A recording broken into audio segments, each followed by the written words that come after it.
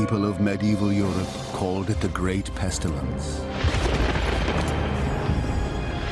A terrifying and bewildering sickness from the east which brought delirium and an agonizing death. Fear and hysteria gripped the land, and as the death toll mounted, it became apparent that no one was safe and no one could offer protection. As the sickness raced across Europe, communities struggled simply to bury their dead. And they sought answers, someone to blame, or a means to appease God's wrath. This was the Black Death, the greatest biological disaster in the history of mankind. To those engulfed by the madness and death, it seemed the end of the world.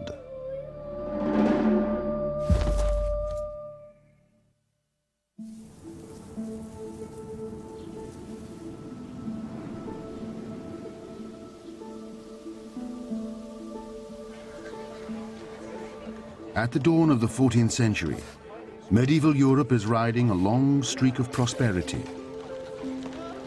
Europe has had 3, maybe 4 centuries of really good times. The church has been strong, various kingdoms have been strong, trade has grown, cities have grown, industry has grown, there haven't been any natural catastrophes, weather's been nice, population's been growing. It's really been a nice time for Europe. But unknowingly, Europe stands on the brink of its greatest crisis. Suddenly, there is a subtle shift in the climate as temperatures fall. Europe's overstretched resources fail. There is famine and war. The Golden Age has ended, and a more dreadful reality confronts the continent. The 4 horsemen of the apocalypse have come. Famine hits, plague hits, war is all over, and death is all over. In the 1340s, war ravages the continent. The deepening crisis hits peasants hard, but there were some who thrived on warfare. Edward III has ruled England for 20 years.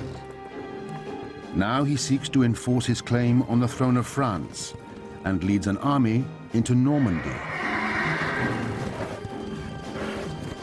He wins a spectacular victory at Crécy before wresting control of Calais from his rival, Philip VI of France.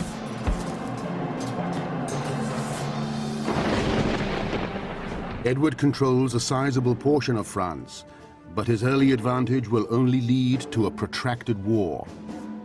This is the beginning of the 100 Years' War, and which is really a world war as far as the Europeans are concerned. It involves everywhere: Spain, Germany, Italy, France, England. King Edward promises his daughter Joan to Pedro, the Prince of Spanish Castile. Like most royal marriages in medieval Europe, it is not a match born out of love, but of diplomatic ambition. For a marriage between the 2 royal families will secure Edward III a powerful ally in his war against the King of France. Barely into her teens, Joan has never met her fiancé, nor has she ever been to Spain. Like any young girl, Joan hopes her father has chosen a handsome prince, perhaps even a kind one.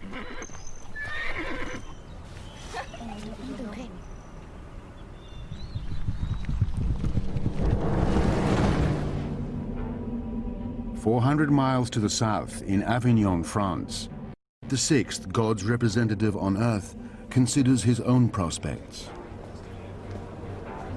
For more than 1,000 years, the Holy Catholic Church has been the center of religious authority in Europe. The religion of a medieval person was their life. It surrounded them. They thought nothing of going to church every day.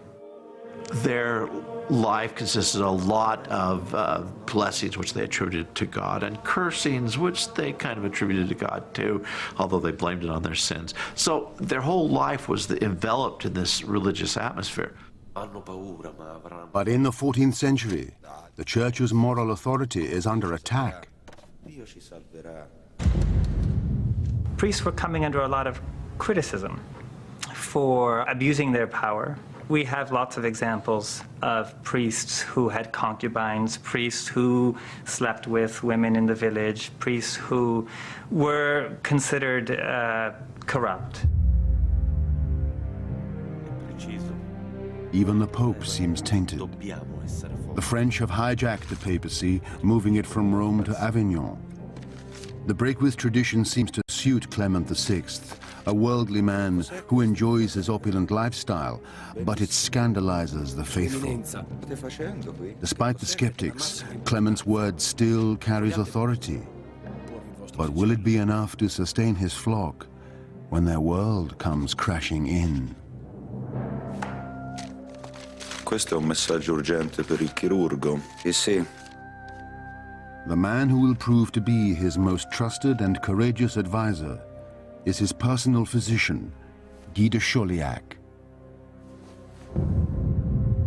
He's the medical practitioner of great renown. He had been in court medical circles since the reign of Philip the Fair around the turn of the 14th century, and now he is the attending physician, so to speak, of the Pope.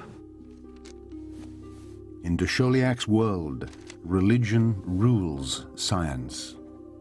So entwined are the two that most doctors are also clerics, and the answers to many medical mysteries are thought to lie within theology.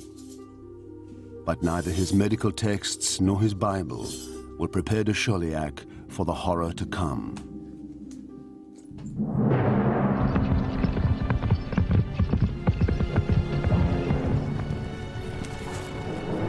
Far to the east, on the Mongolian steppes, something terrible has awakened, an invisible agent of death.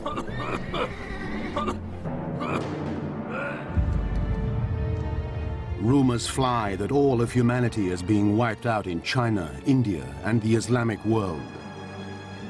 Interestingly enough, these rumors of origins in the East are accompanied by apocalyptic descriptions of the plague's origins. There were miraculous events that occurred, a rain of frogs, serpents, and so forth. There was a rain of hail and thunder and lightning, and then finally stinking smoke and thunder fell from the heavens. Before 1347, the Mongols seemed unstoppable.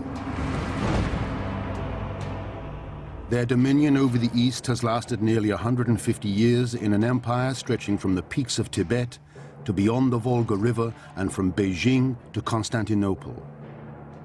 Essentially, they opened up the half of the 13th century in particular was a time for expansion of European trade toward the East. But as new opportunities are created for trade, at the same time Europe is opened up to new unforeseen dangers.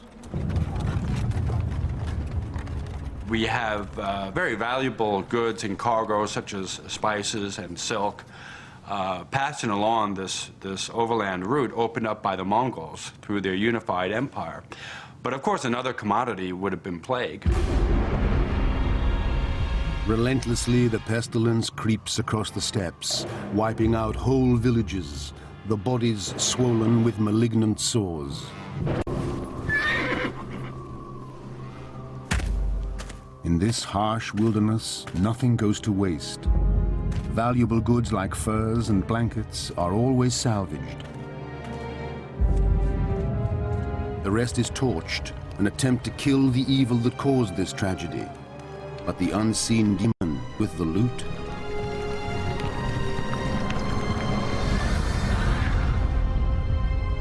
In 1347, thousands of miles to the west in the bustling trade city of Geneva, a servant prepares to make a dangerous journey.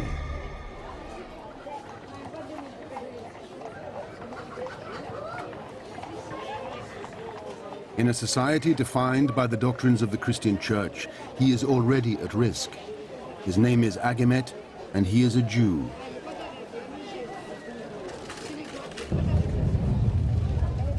Jews had to have the explicit invitation and permission of the king to be in a town. They were, in a way that no other medieval person was, owned and directly dependent upon the king or a great noble like a bishop.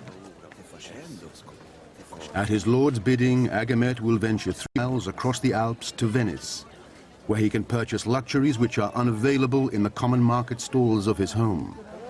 But his expedition also takes him into the darkest events of history. In England, 500 miles to the northwest, a rider is approaching the end of another daunting journey. A troubadour, he has traveled for weeks, all the way from Spain. He is a gift from the Prince of Castile, sent to amuse his betrothed, the English Princess Joan. He will sing her songs of love on her wedding voyage to Castile, a romantic gesture for the pleasure of a young girl.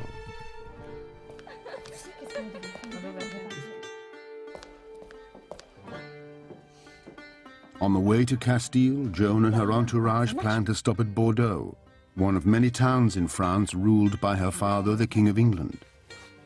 She is a favorite amongst Edward III's children.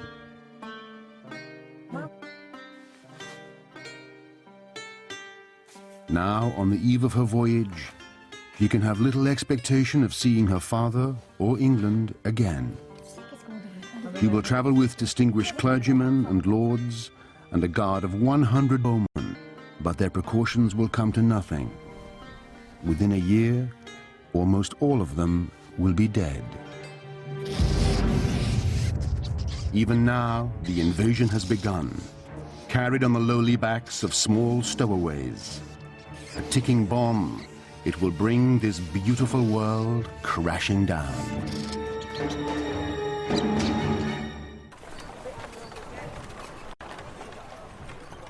Trade routes opened by the Mongol Empire now encourage the spread of goods, people, and pestilence into the heart of Europe. Travelers on the road, peasants in the field, and even the daughter of the King of England are all speeding towards an encounter with the greatest killer in the history of mankind, the Black.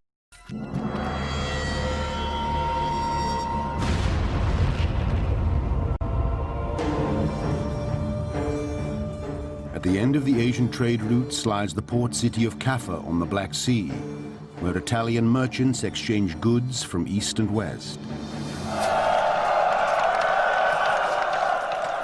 In 1346, the Mongols attack the Christian city of Kaffa, hoping to take this prosperous seaport for themselves.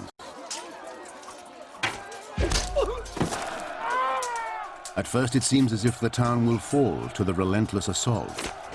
But in the midst of the siege, the Mongols are suddenly attacked by a virulent new enemy, plague.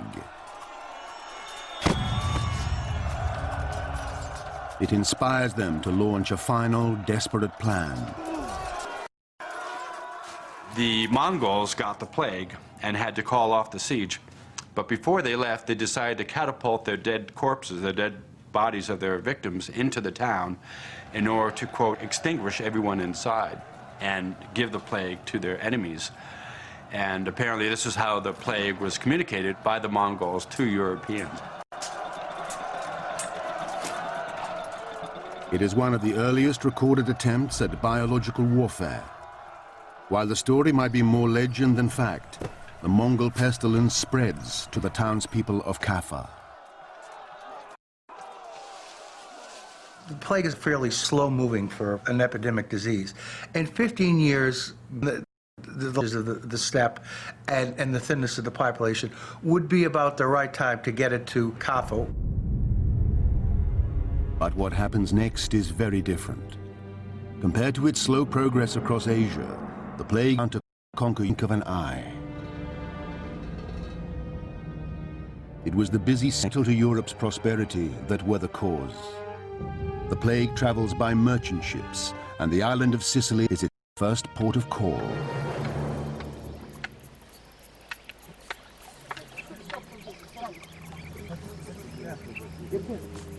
To the people of the shore and inlets of Italy, the waves have always delivered up the odds and ends of the Mediterranean storms. But this year, something different washes ashore.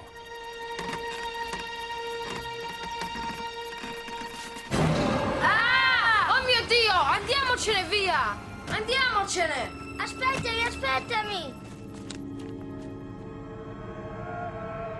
And in the towns, ships from the Black Sea sail into harbor, bring something foul.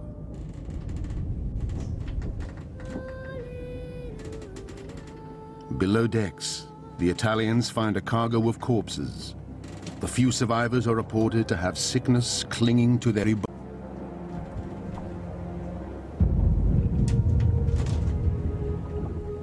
Mio Dio, che male è questo? When the townspeople realize the danger, they order the ships to leave their harbor. But it is too late. The plague has already taken hold.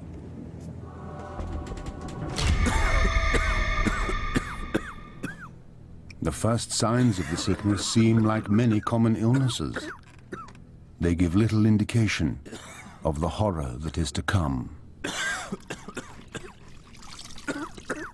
Initially, it would have been difficult to tell the early symptoms of Black Death from a very heavy flu-like, what we would consider to be flu-like symptoms. Fevers, chills, and a high temperature. And then there would be a second stage where there would be development of the welts, the swelling of the buboes.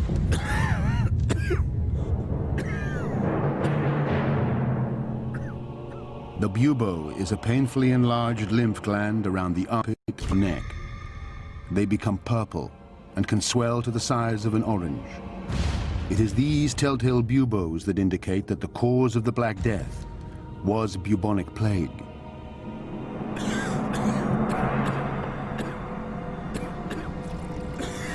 Its spread can be very, very rapid. It can cause septic shock.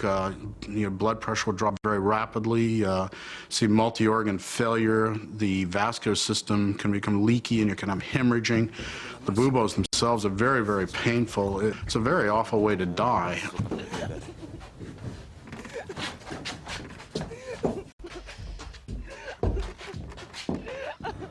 The people of the Sicilian town of Messina soon discover that this new disease is not only agonizing and deadly, but also highly contagious.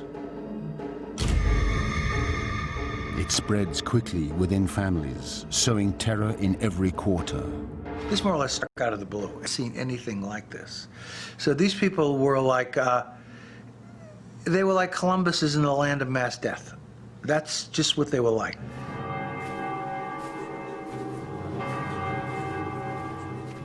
As the plague rages through Messina, the survivors have only one place to turn, the Holy Mother of God.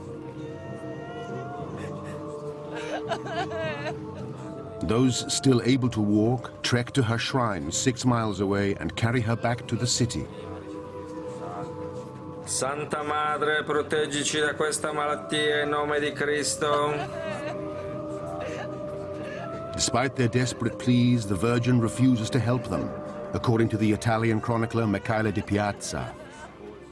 The arrival of the statue profited nobody.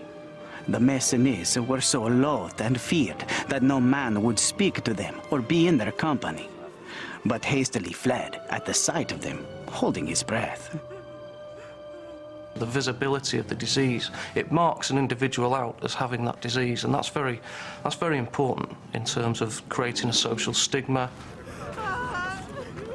Though the Sicilians shun their Messinese neighbors, they cannot outrun the disease. The mark of sickness leaps across the island with startling speed. But this is just the beginning. Genoese ships from Caffa and Constantinople are landing on the Italian mainland. They bear furs, textiles, and rats, all fine purveyors of the infected flea. Like an avenging angel, the plague will sweep across an unsuspecting continent as the Black Death is unleashed.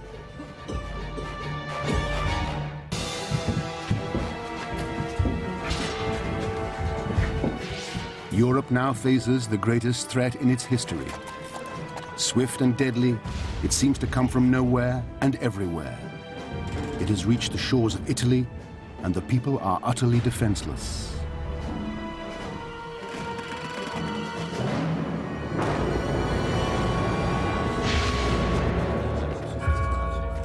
For medieval science is in a fog of superstition and ignorance.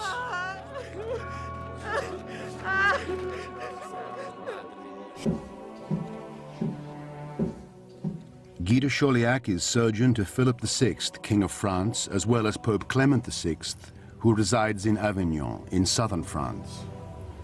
Renowned for his great intellect, he has been trained by the best physicians in Europe at the monastery in Montpellier. His techniques, like bleeding with leeches, are all designed to restore balance to the body.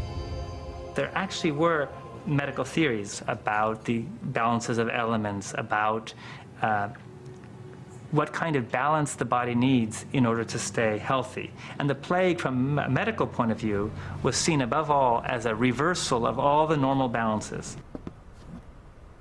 Coincidentally, an unusual alignment of planets directly precedes the outbreak. To the medieval mind, it is the obvious explanation for what's happening. The conjunction of the three planets, Jupiter, Mars and Saturn, that created noxious vapours within the air. And it was these noxious vapours that interacted with the individual constitution that caused somebody to succumb to the plague. This was the miasmatic explanation, or that the plague came from a miasma, an evil vapor. And I should emphasize that these explanations were not new. They were very old. Being old, these theories are also deeply entrenched, and so it is difficult for the medical community to depart from this way of thinking. But away from the intellectual theorizing of the courts, the common people have a more simple explanation for the plague.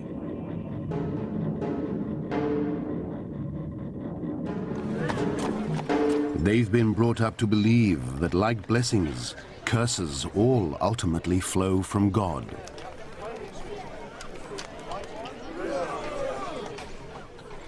In the Middle Ages, the entire logic of the relationship between God and the world involved God's punishing the world when the world sinned. The punishment is well deserved, according to contemporary Italian chronicler Gabriele de Musis. Almighty God saw the entire human race wallowing in the mire of manifold wickedness, enmeshed in a wrongdoing, pursuing numberless vices, drowning in the sea of depravity because of a limitless capacity for evil. We now know that it was not sin or evil that brought on the Black Death. It was a contagious disease. But the evidence offered by contemporary chroniclers is, some historians and scientists argue, inconclusive. 600 years on, the cause of the Black Death is still debated. What the key question becomes is how those diseases become transmitted and propagated, and what is it in society that enables a set of different causes of death to emerge at one point in time. For more than a century, the main theory has been that the Black Death was caused by bubonic plague. Caused by a bacterium called Yersinia pestis, it is carried in the stomach of fleas and requires a very particular environment to flourish. Medieval Europe appears to fit the bill. Urban centers, garbage on the streets, tremendous milieu in which to breed huge rat populations. And with those huge rat populations, huge flea populations. A single flea bite injects the victim with the Yersinia pestis bacteria. They quickly multiply in the lymph nodes, which are filled to bursting by the infection. Once released into the bloodstream, the bacteria attacks the organs, causing internal hemorrhaging. And there is another, even deadlier form of the disease that kills 95% of those infected. It's called pneumonic plague, and it doesn't need a rat or flea to get around. In some instances, the bacteria will go to the lungs and lodge there and begin to proliferate. If you cough and you have also hemorrhaging in the lungs from the bacteria, you can get what's called a bloody sputum, or your spit has blood, flecks of blood in it. And if you're coughing, those respiratory droplets can be quite infectious, and then you can infect another person. The environmental conditions and disease symptoms vividly described by contemporaries indicate the Black Death was a bubonic plague pandemic. But some scientists continue to dispute this. They point to one puzzling feature of the disease, the shocking speed with which it spread.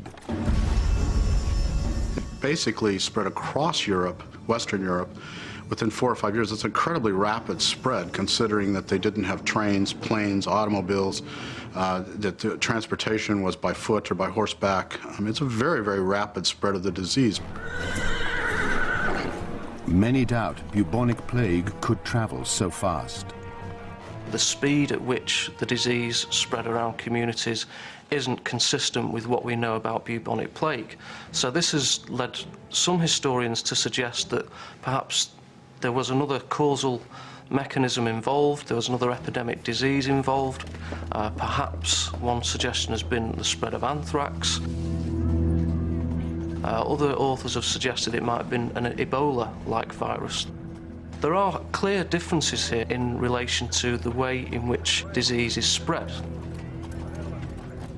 Recent research has gone further towards identifying bubonic plague as the culprit. Europe's busy coastal waterways meant infected fleas and rats could move quickly around the continent, establishing new bases for the disease.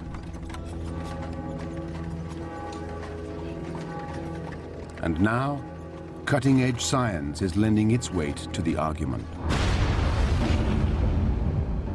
In Montpellier, a 650-year-old mass grave is giving modern technology the chance to finally resolve the argument.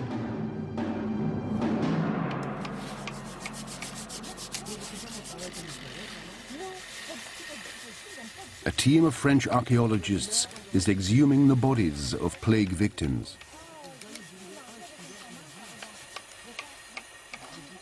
Black Death studies are still young. It used to be thought Black Death couldn't get anything out of a skeleton. It was a tissue disease. All we have are the bones. Couldn't get anything from it. Now with DNA, with some of the other things that we can get out of bones, there's some possibilities. It's still very, very controversial, but there's some possibilities that we might learn more and more.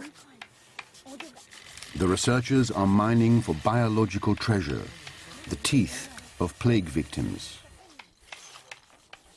Like a locked box, a tooth seals in the DNA of organisms traveling in the bloodstream at the time of death, including perhaps the very agent of death. Quelque chose, je crois que c'est important, les dents sont entières. The teeth skulls. Then they examined the tooth pulp for evidence of the presence of the plague bacteria, Yersinia pestis. And according to their results, these sequences were obviously Yersinia pestis DNA, but they were somewhat unique. And it provided the only really objective evidence that we have that the Black Death might indeed have been caused by Yersinia pestis. The French results bring the mystery of the plague one step closer to its solution. But before these results can be considered conclusive, more work needs to be done and more graves need to be investigated.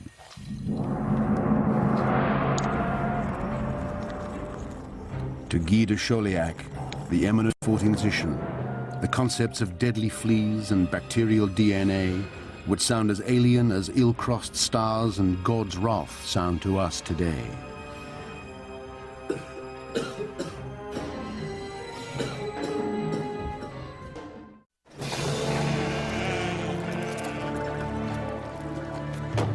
By the autumn of 1347, the Black Death has conquered Sicily, causing death and despair.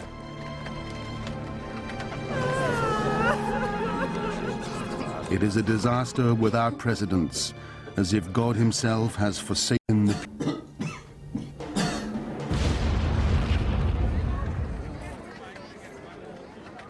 In Venice, Agimet, the Jewish servant of a Swiss lord, finds all that his master desires, saffron and cinnamon, castor and camphor, silks and furs, and more besides. For late in the year, merchant ships are arriving from the east. They bring the Black Death to Venice. Gabriele de Musis, an Italian notary who lives through the dark days that follow, gives voice to the horror of the sailors who have unwittingly brought the catastrophe home. To our anguish, we were carrying the darts of death. We were spreading a poison from our lips even as we spoke. Of course, they didn't have any idea that the plague was spread by a bacterium, by a microscopic organism that can't be seen by the naked eye. But they did have a sense and a knowledge that the plague could be spread from person to person. As Agamemnon heads back to Geneva, the world behind him begins to fall. Venetians are dying at the astonishing rate of 600 a day.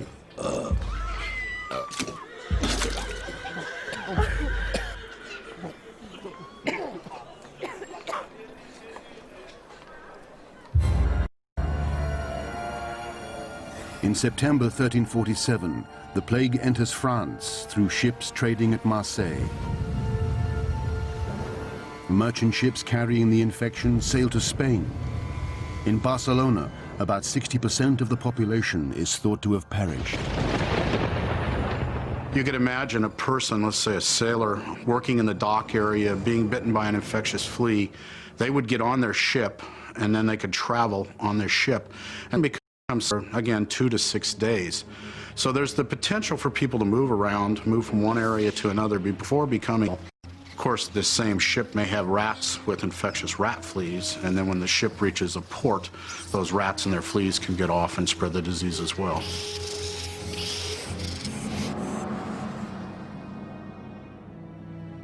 In spring, the Black Death travels up the Rhone River to Avignon, where the Pope resides. Vigneray, je vous en supplie. La maladie frappe à la porte. Docteur, notre permis protéger. Though Guy de Chauliac urges him to flee, Clement VI refuses to leave his palace. By August 1348, the plague reaches Paris. Half its population will die. When it reaches Bordeaux, Princess Joan, the daughter of King Edward III, has just arrived from her sea journey. She will rest at the royal estate for a while and then continue to Castile and her prince. Joan is perhaps the most well-guarded in Europe, but archers and castle walls cannot protect her from the unseen enemy. Non, non! Vous ne pouvez pas passer ici! Non! C'est trop dangereux pour la princesse! The pestilence seems to strike at random, wiping out some households but sparing others. Even before it sows destruction, it breeds terror. There was nothing they could do. And it's that sense of facing an event over which you have absolutely no power that makes it such a dramatic event in human history. I've often tried to imagine what it must have felt like to hear that in the town across the mountains, 75% of the people had just died. And they did hear, they received letters before the plague came. They knew the plague was coming in many places. So they had time to think about what's going to happen when it gets here. And I can't really imagine a scarier thought. Consumed by fear, many of the gentry flee, leaving the less fortunate to fend for themselves. What we see in literature are these cowardly figures, the rich who are going into the countryside and who are there frightened by their own mortality. So who's left behind? Who is back in town suffering but the poor and those who are unable to do what the rich can? In England, Edward III and his eldest son retreat to a country estate, bolting the gates behind them. But there's no such refuge for the serfs who farm the land. It was in the villages that mortality was at its highest, and the peasants died in droves. People lived in extreme poverty, and they lived in huts with thatched roofs. They had livestock living in very close association with them. They had dirt floors to the huts. The living conditions were absolutely filthy. The types of environments where you'd expect rats and rat fleas to proliferate and do quite well.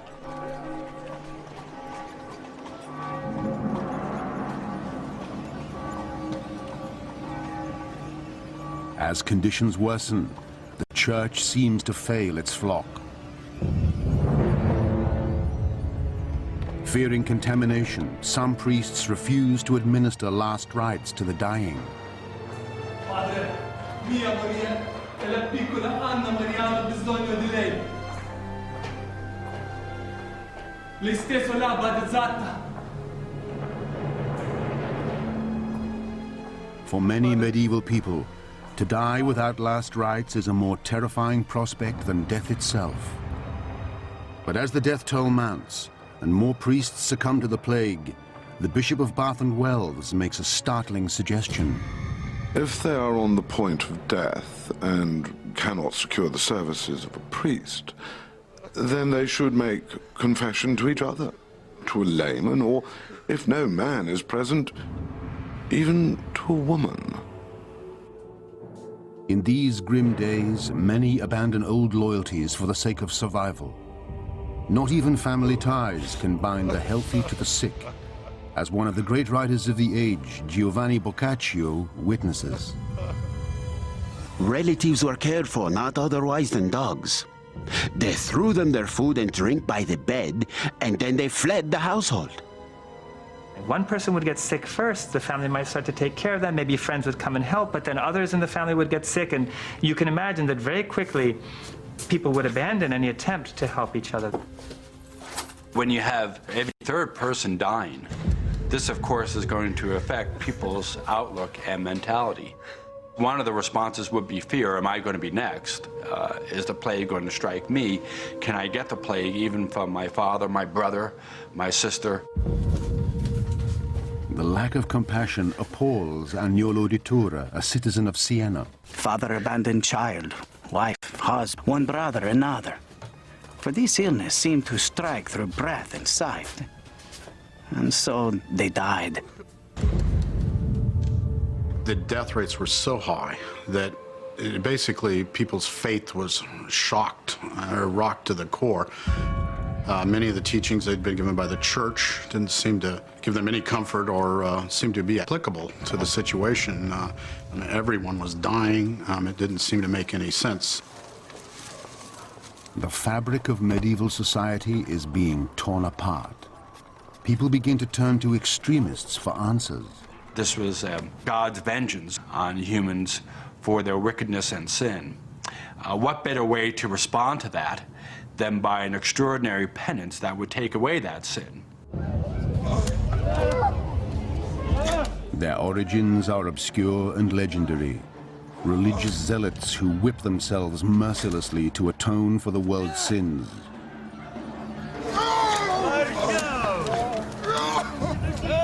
Their fanaticism would lead the crowds further into hysteria, persecution, and mass murder.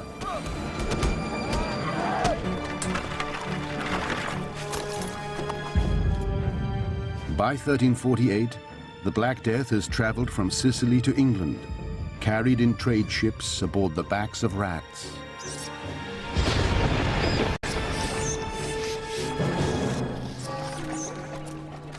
Already it has claimed the lives of millions.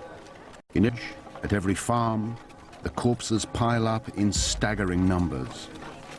Communities face a new crisis: how to dispose of the dead.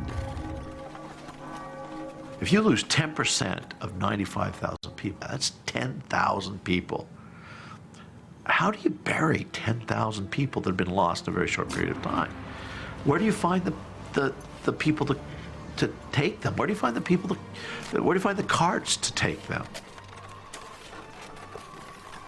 The only people who were willing to carry away the dead were these very rustic, uncouth men or women who came down from the mountains or from the surrounding countryside, who were willing for very high fees to take away the dead and have contact with the dead.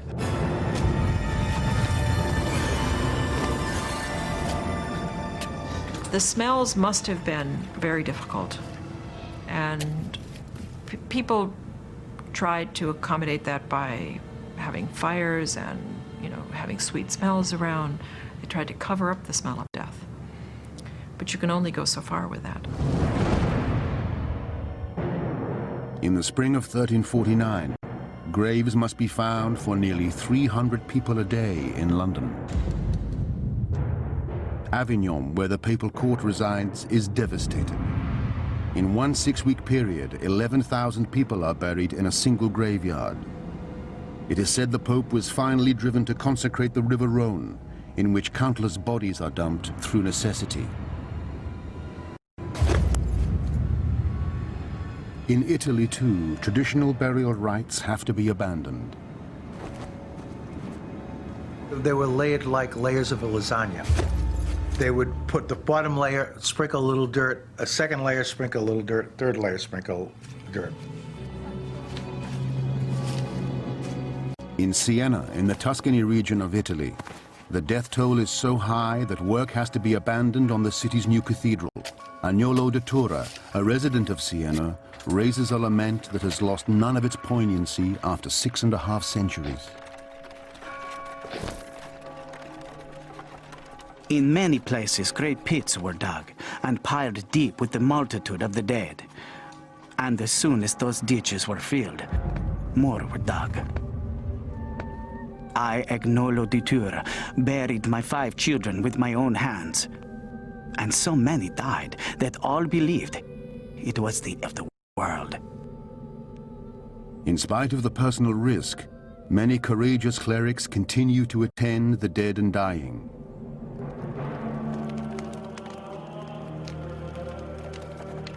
Some doctors seeing patients to save themselves, not Guy de Chauliac.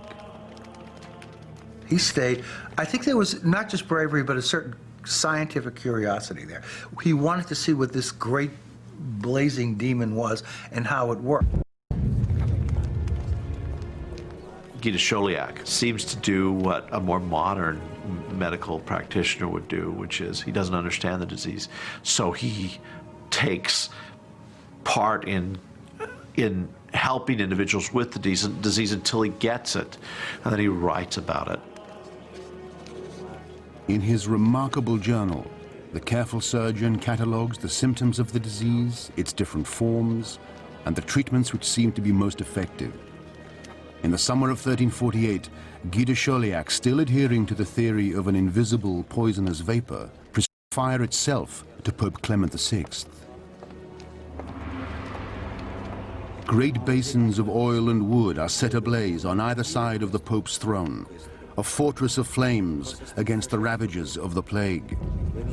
It gives us this image of the Pope running from society, so to speak, sequestered in an interior room that is now blazing hot with fires built up around him.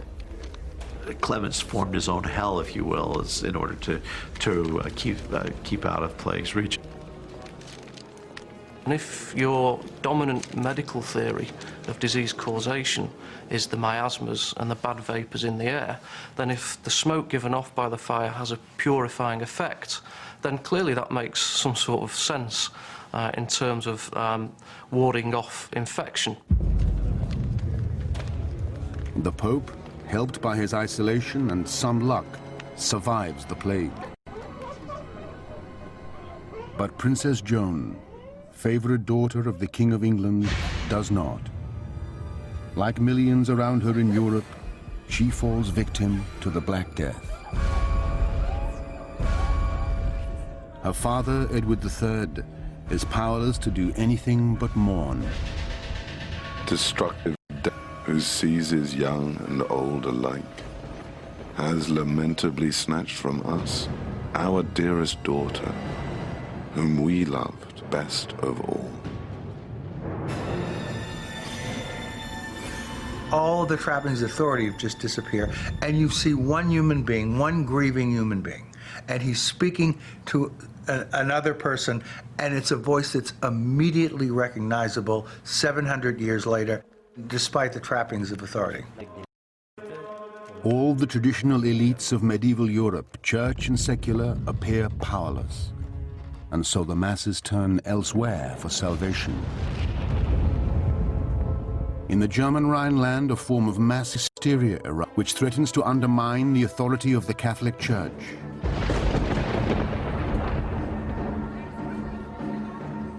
They are known as the Brotherhood of the Flagellants, fanatics who believe they can avert God's wrath by extreme physical acts of repentance.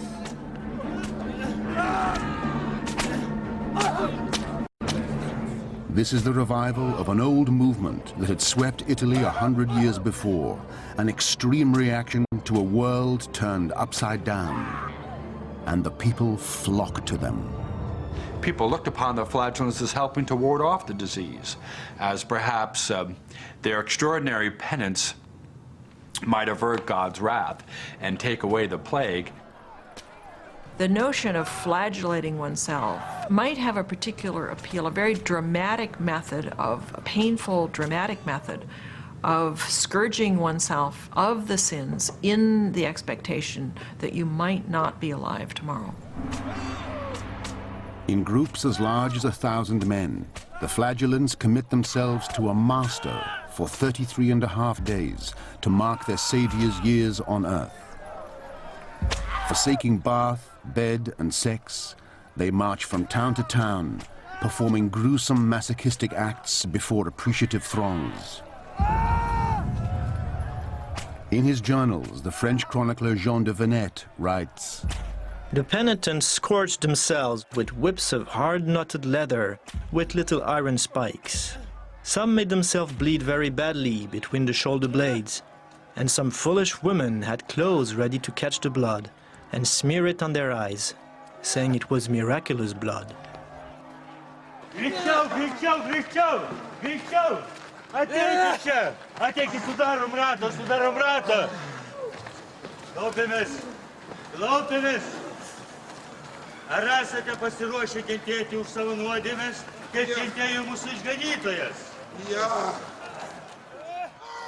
Pope Clement VI, however, feels threatened by their growing influence. The flagellants were suspected by the organized religious establishment. Their coming to a place often created a lot of commotion, and sometimes it was accompanied by even movements against the town authorities or other groups. Religious reform, too. As the plague progressed, one senses that all the institutions in medieval society, including most notably the church, were shown to be the plague showed them to be as powerless as, they were just like everyone else, as the poorest peasant. Wherever they travel, the flagellants provoke an outpouring of religious fervor. The medieval masses are desperate for a miracle to save them. That's what the flagellant processions and the sermons that attended them created. This moment of heightened, messianic, apocalyptic, now is the time expectation. In 1348, as the plague engulfs Europe, mankind adds his own brand of viciousness to the disaster that surrounds him. Shock gives way to a witch hunt. Someone must be responsible for this catastrophe, and they should pay. In a torrent of hysteria and fear, the crowds target the defenseless and innocent, murderous rampage.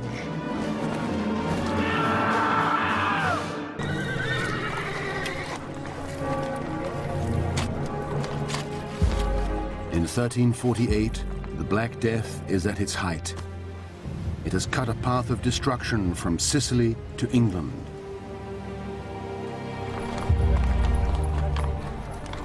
Convinced that God is punishing the world for its wickedness, the towns set out to purge themselves of all forms of sin. The first thing they would do is pass ordinances. No gambling, no swearing, put the prostitutes out in a house in the countryside, clean up your act. Maybe that will avert the plague. Bene, bene, bene. Questo non deve succedere mai più. E voi, seguiteci. Per voi e per le ragazze è tempo di prendere una vacanza. In many towns like Pistoia, Italy, town fathers pass emergency measures to combat the spread of the plague. Ordinanza numero 3. I cadaveri non potranno essere rimossi dal luogo della morte prima che vengano chiusi in una cassa di legno. Ordinanza numero 5. Che nessuno abbia l'ardire di portare cadaveri all'interno della città. Ordinanza numero 30. Durante i funerali le campane non potranno essere più suonate. Funerals have been stripped down to their bare essentials. It's become not just familiar, but monotonous. There were so many people dying that you might have a priest might be leading one procession, a procession of one person to a grave, and then he would look behind him and he would see 10 more that he would have to accompany to their grave. So there was a mass death, so much death, in fact, that people, in a sense, became inured to it or hardened to it, that now funerals became the occasion of witticisms and jollification.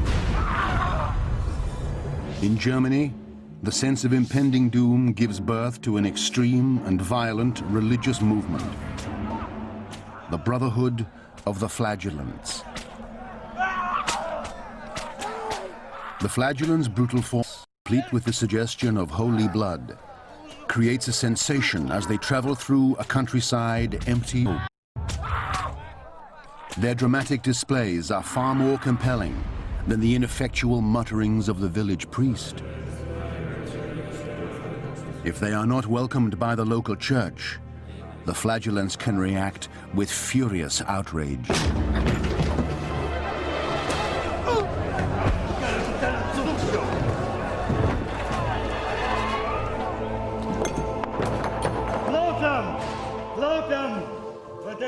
Believing their bloody sacrifice earns them God's grace, flagellants even claim to perform Christ-like miracles. Some flagellants believed that dead babies or dead children could be revived in their midst. There's also a famous story of a cow talking as a miracle ascribed to the flagellants.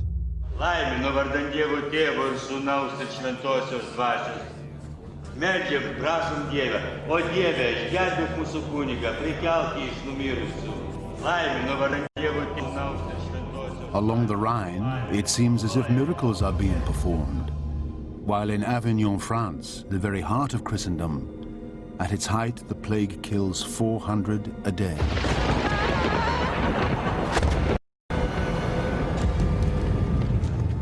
Pope Clement VI knows the flagellants pose a dangerous threat to his authority, but his cardinals urge him not to do anything hasty. They fear an attack on the movement at the peak of its popularity could cause a backlash against the church itself. There's an interesting dynamic between the popular attitude towards the flagellants and the authorities' attitude towards the flagellants. The authorities tended to take a hostile stance, but the people, on the other hand, seemed to have supported the flagellants, largely because they associated their arrival with a warding off or averting of the plague. For the time being, Clement will not move openly against the flagellants. But the excesses of the movement will soon prove intolerable. These processions could be experienced by ordinary people, ordinary Christians, as a totally transformative moral experience that uplifts them and that makes them feel that they have the strength and the energy to make their city or their town a better place, whatever that takes. It may take swearing that you'll never gamble again. It may take throwing prostitutes out of the city. It may take expelling the Jews or even burning them. The Jewish merchant Agamet has traveled hundreds of miles through regions devastated by the plague. But it will be suspicion of man that does for him in the end. It's human nature, I suppose, to look for a scapegoat in times of crisis. Jews always seem to be the scapegoat, and in the Black Death they were as well.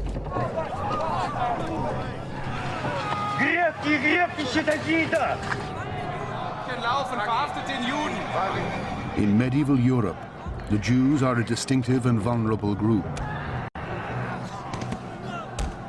In times of religious hysteria, they are often portrayed as the Antichrist.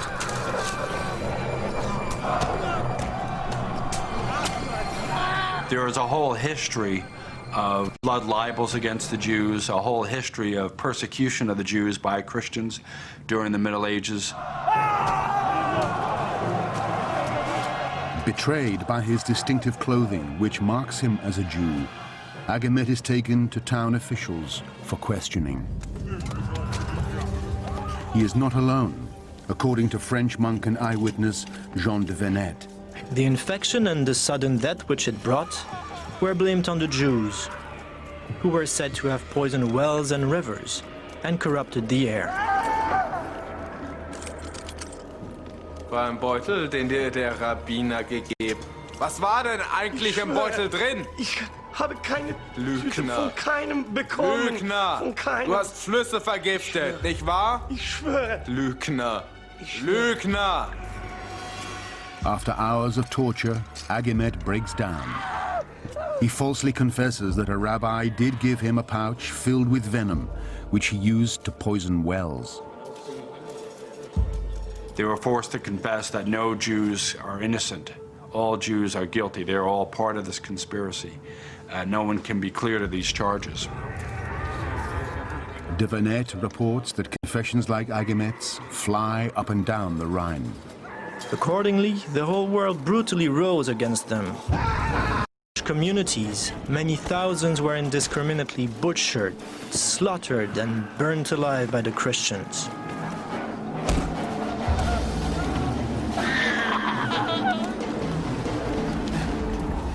What's poisoning us is the Jew's presence itself, that the Jew's presence is a moral failing. It's our sin to tolerate them, and this is what's bringing this punishment. As Pope Clement VI pointed out at the time, Jews were dying in equal number to Christians, so it was fantastical to argue that Jews were poisoning people during the Black Death. The Pope's pleas fall on deaf ears. On St. Valentine's Day, 1349, the citizens of Strasbourg round up as many as 2,000 Jews and burn them in the Jewish cemetery. The atrocity is repeated in more than 15 cities in Germany and Switzerland.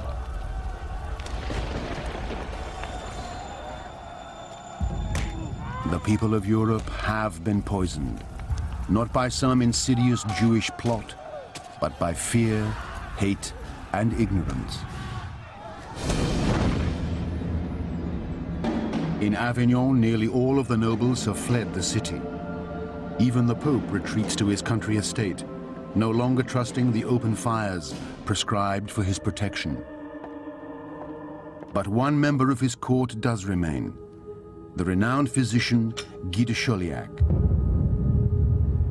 But the aging surgeon's final investigation of the disease comes perilously close to home. Guy de Chauliac continued to make the rounds during the plague in Avignon, to the point where he himself came down with the illness. And even on his deathbed, he doesn't quite know what it is that we've got. But he's willing to help people. He's willing to try. De Chauliac's courageous commitment to his patient brought him to the brink of death. No one knows better than he how slim his chances of recovery are.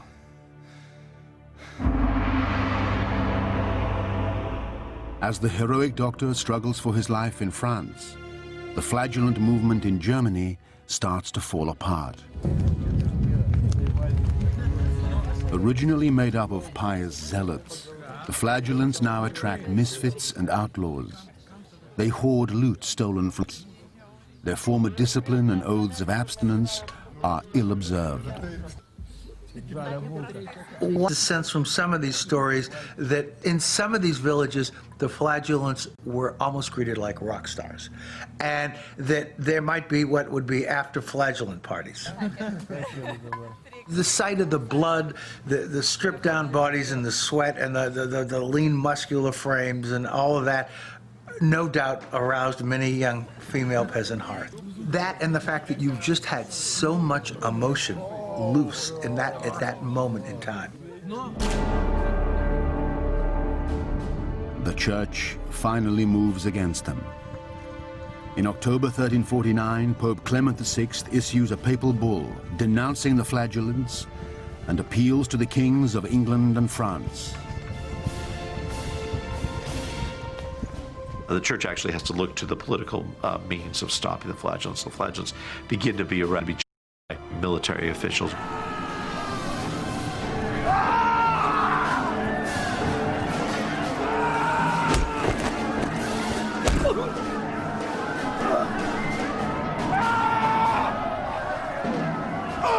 Some masters, now called masters of errors, are even seized and beheaded. Wir befinden dich für schuldig. Du hast Unglauben verbreitet. Du bist zum Tode verurteilt. Soll Gott deine Seele schützen.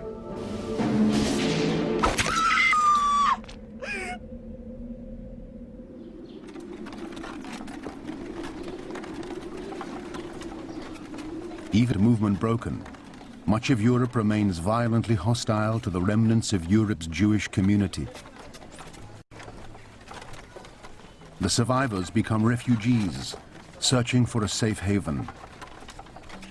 In most of Europe, France, England, large parts, many German cities, had no Jews by the end of the 14th century. They'd expelled them or killed them. But in some places, Jews were being given greater protection by monarchs and invited to settle, and one of those places is Poland. In 1349, Poland is ruled by King Casimir the Great. The legends are that he fell in love with a Jewish woman called Esther, and it was out of love for her that he issued this bull of protection to the Jews of Poland and invited more Jews into Poland. One of the ironies is it pushed the German Jewish community toward Poland. And 700 years later, that sort of came full circle again with the same group of Germans. In the winter of 1349, the plague pushes north to the Scandinavian peninsula. By the time it reaches Russia 2 years later, the crisis is over in France. After wiping out around half the population of Europe, the pandemic is fitfully receding. Infectious diseases have these natural cycles that they go through until that cycle is broken, either by human agency or by, for example, a change in virulence of the infective organism itself.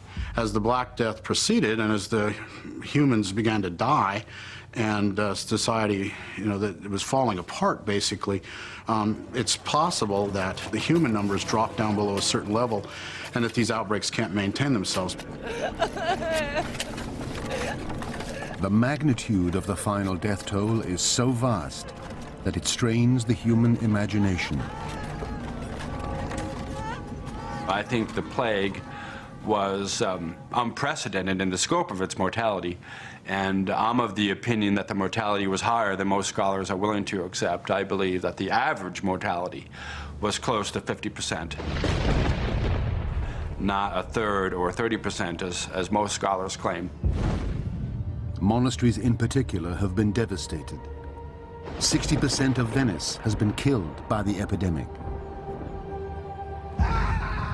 In Avignon, half of the citizens are dead. At the monastery in Montpellier, where Guy de Chauliac received his training, only 7 of the 140 monks are left. England is thought to have lost nearly 2 million people, almost half its population. But Edward III, King of England, survives. as do most nobles who have taken shelter on secluded country estates. There's a somewhat lesser death rate among the upper classes, partly because they could move. They could leave an urban area, they could leave a town, they could go out. Their castles or their manor houses might provide an environment that was a little less conducive to the contagious nature of plague. Pope Clement VI, who deserts Avignon during the worst outbreak, is also alive and well. More amazing is the recovery of his surgeon, Guy de Chauliac. His journals record his words. Towards the end of the plague, I developed a fever with a swelling in the groin. I was ill near on 6 weeks. When the swelling had ripened, I treated it with figs and cooked onions mixed with yeast and butter. I escaped by God's grace. Oh, c'est un miracle, mon ami. Il faut que nous allons prier. For Guy de Chauliac and every other survivor, it is a changed, emptier world than before. Ibn Khaldun, a 14th century Arab historian, fears that evil times are ahead. The plague swallowed up many of the good things of civilization and wiped them out. The entire world changed. Think about the impact of losing 15 million people, what that does to society, what that must have done to the church, what that must have done to medicine, to art, to literature. What if you lost a Da Vinci in there? What if you lost a Leonardo? What if you lost a Michelangelo because of the Black Death?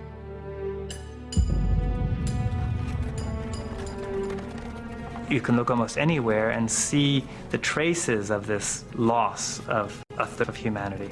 Well, I read one tombstone that said, he died in the year when scarcely a quarter of humanity on Earth.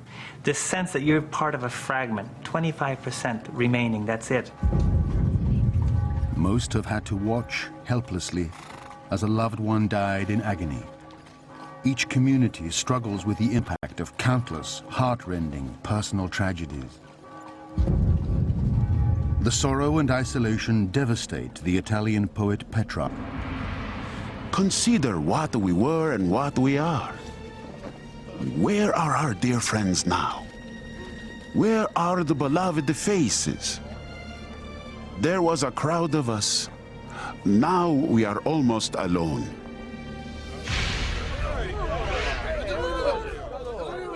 But for some, rather than sorrow, the plague brings the joy of survival and the opportunity for looting, drinking, and lechery. In the empty houses of the dead, wild excesses overflow. Giù le mani da lei! Quella è la mia donna! Maiale!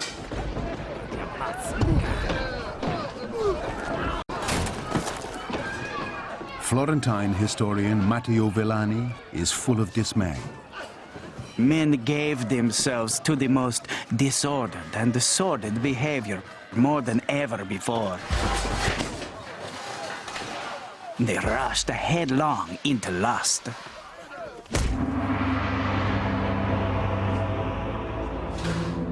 Still, the vast majority of survivors neither sink into despair nor wallow in excess. Most try to get on with the process of living. They never lose faith in God or, even more remarkably, their faith in the future.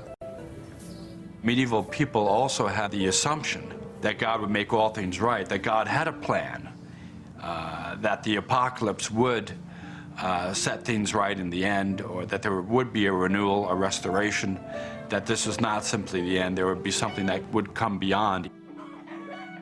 What's amazing in a way is how quickly these societies renormalized, re-routinized, became functioning societies again. Faith encourages many not just to carry on, but actually to go forth and multiply, according to French chronicler Jean de Venette. When the epidemic was over, The men and women still alive married each other. Everywhere, women conceived more readily than usual. But this is no return to a lost golden age. For even as Europe tries to recover, chaos erupts once more. The old mold has been smashed, and the new one will be shaped at the point of a sword.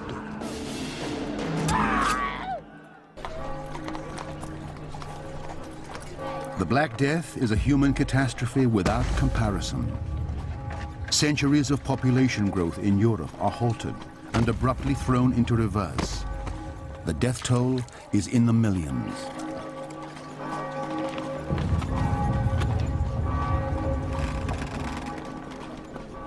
When in European history has there ever been an event where possibly 50% of the entire population died in such a quick time? It's an event like this which we can barely wrap our minds around. How is it that you can wake up one morning and be dead by the evening? For the survivors, death now seems a closer companion. The plague brings everyone face to face with their own mortality. I've often wondered whether the sense of despair and the sense of irrationality with regard to what has happened opened up minds to questioning authority, but questioning how we understand God, and questioning to what degree there is an authority that we can all turn to. The old authority, the church, remains, but many nobles now prefer to worship in seclusion. Some families began to hire private chaplains, so that there seems to be a kind of privatizing of religion that takes place. The plague fires the faith of many. Others look for new answers in science.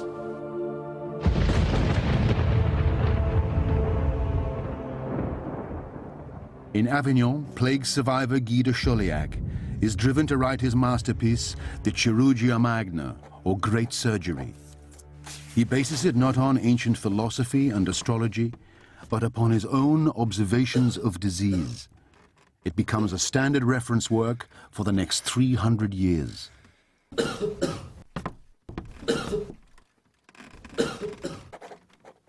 The plague had an important impact in the practice of medicine, because when the plague arrived, the university-trained physician was basically an internist and didn't do any clinical medicine. His knowledge of medicine was all theoretical. After the debacle of the plague, medicine became increasingly more practical. In the Italian countryside, another transformation is taking place. Prior to the plague, famine was a constant danger. Though every inch of land was sowed, supplies struggled to meet the soaring demand.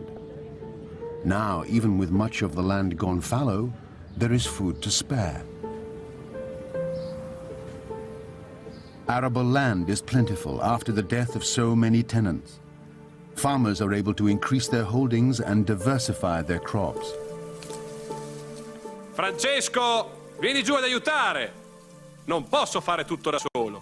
Sì, papà. Italy's orchards point to a grisly fact. Sudden depopulation can benefit the survivors. As people died, wages rose. And as people died and lands were vacated, people who in the past were relatively poor could afford to begin to invest in land. And what that meant was that all of a sudden people who had been peasants were now what we might call kulak class. They were now landowners. They had decent-sized farms, and they could actually live independent lives rather than working the fields of others. One of the interesting things is to look at the diet. Their diet, which is almost strictly grain-fed diet, ale, bread pudding, bread, now has quite a bit of meat in it, has some vegetables in it. La cena è pronta! Andiamo, figli. But as the prospects for peasants rise, large landowners struggle to maintain their incomes. For centuries, they have depended on serfs to work their estates. Now, with so many dead and so much cheap land on the market drawing the survivors away, some nobles now have to pitch in themselves. A clergyman gleefully notes how the mighty have fallen. Churchmen, knights, and other worthies have been forced to thresh their corn, plow their land, and perform every other unskilled task, if they are to make their own bread. Ma che stai facendo? Ma come la stai usando quella zappa? Marito mio, giuro che te la faccio mangiare questa Ma guarda pala. come stai zappando, se la usassi bene non staremo qua tutto il giorno.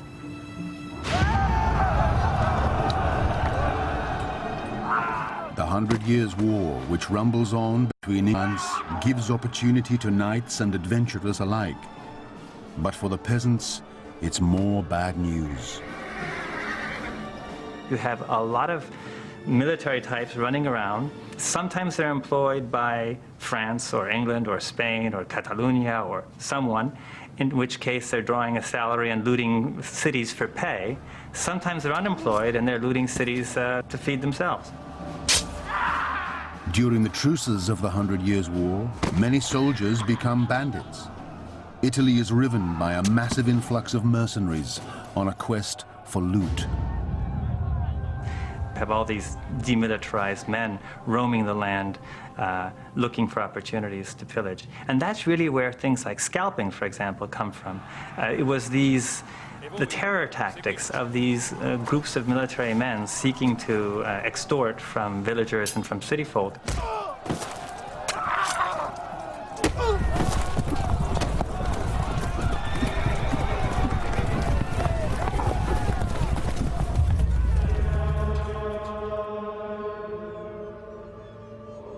The repercussions of a smaller workforce ripple through the more peaceful pursuits of craft, industry, and agriculture. Simply, the destruction of so many people forced the survivors to come up with labor-saving devices such as the printing press. Industries that used to rely heavily on surplus manual labor, like the cloth industry, which used to be able to count on lots of dislocated peasants who didn't have land because there were so many people and the land was fixed. They can't rely on that labor, so they start to turn to other kinds of solutions, technological solutions, like mills.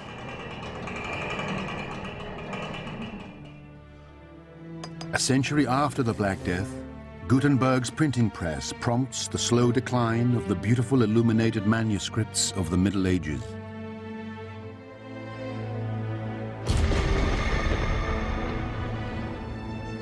All the industries that we really associate with later processes of industrialization start to emerge in the late 14th century, and you could argue that they emerge partly as to the labor crisis precipitated by the plague. Perhaps the greatest impact is upon the human mind. A whole continent must be suffering from a form of shell shock.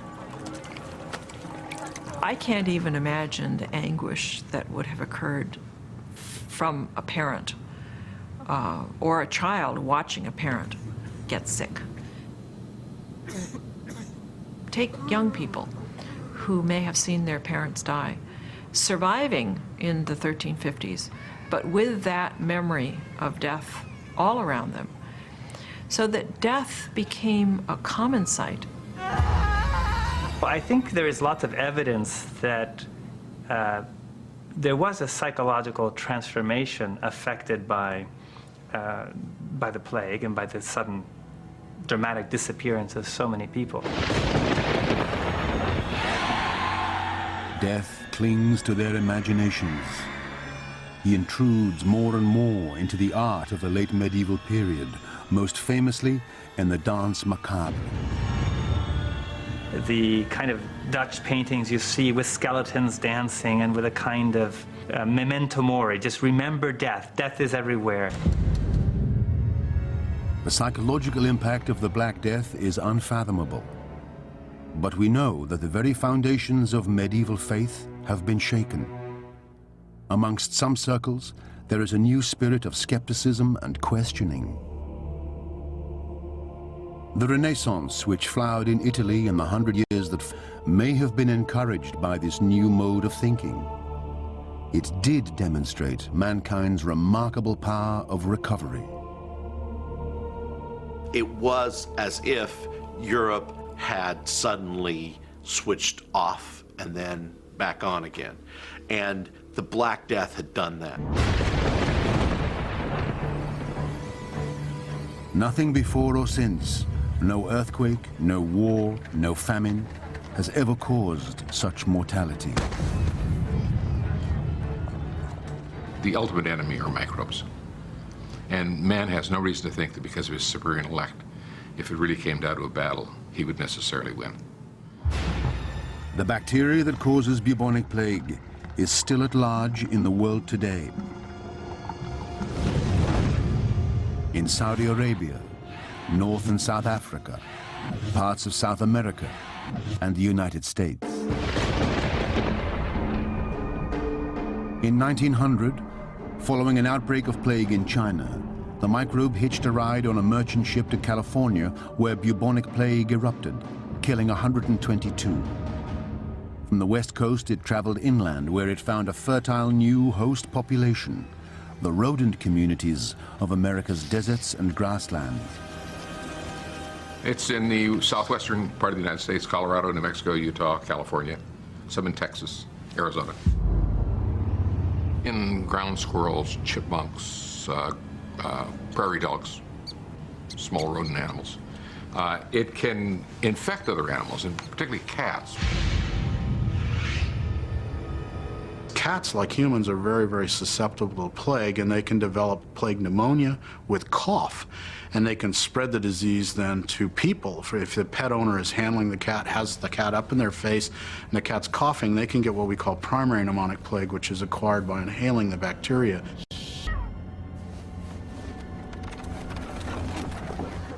When the Black Death ravages 14th century Europe, the only hope for a plague victim seems to be a miracle. Now, antibiotics can cure bubonic plague if the case is identified quickly enough.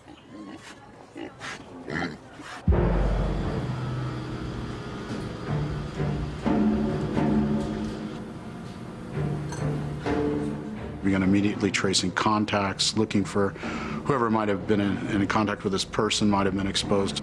And then quite often these people get prophylactic antibiotics to make sure the disease doesn't spread.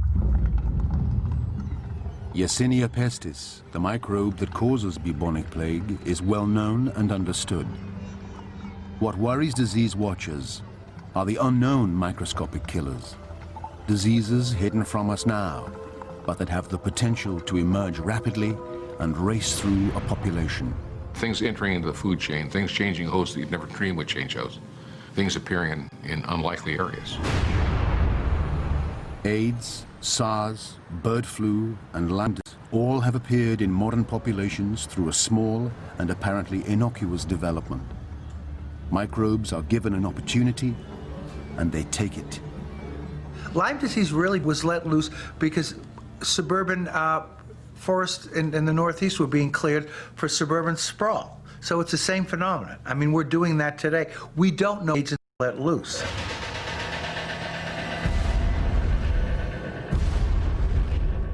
What if Ebola virus established a new home in the East Coast of the United States?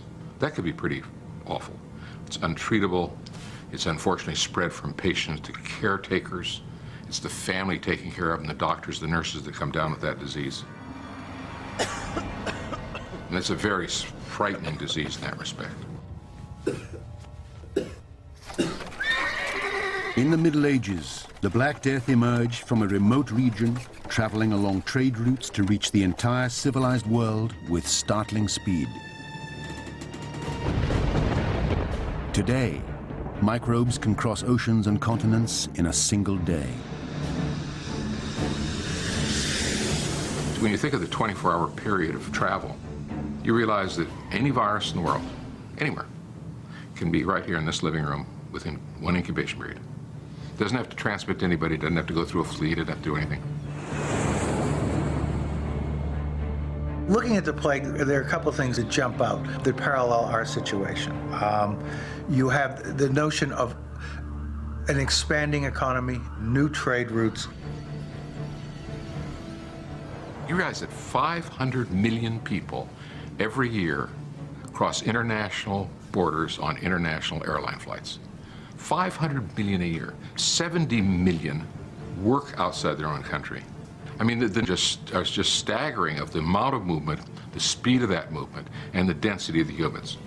Put that together, it's a setup.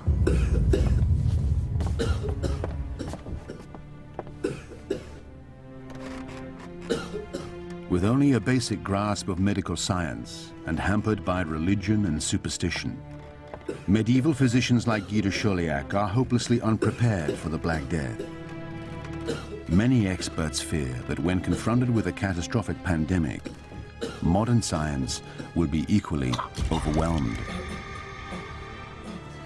If you took something like the plague of the 14th century, where people are dying in their homes, in the streets, and all over the place, I'm not sure we'd handle it. I hope we'd handle it better, but I'm not sure we'd handle it terribly much better than the people of the medieval period did. We don't have a lot of redundancy in the system. We don't have surge capacity, as they call it. If something goes wrong, you know, the capacity is not there to really handle it. There's absolutely no way that organised health systems could cope with an epidemic of the proportions of the Black Plague. The Black Death is a story of terror and violence, of frenzied and irrational responses to a disaster beyond comprehension. But it is also one of tenacity and endurance and renewal. The plague is a kind of mirror in which we can actually see how a society coped with a clear medical human. If this is true, the image is an alarming one. For man's ultimate enemy is still out there somewhere, no less deadly than it was 650 years ago. That it will awaken is inevitable. That we will be ready is not.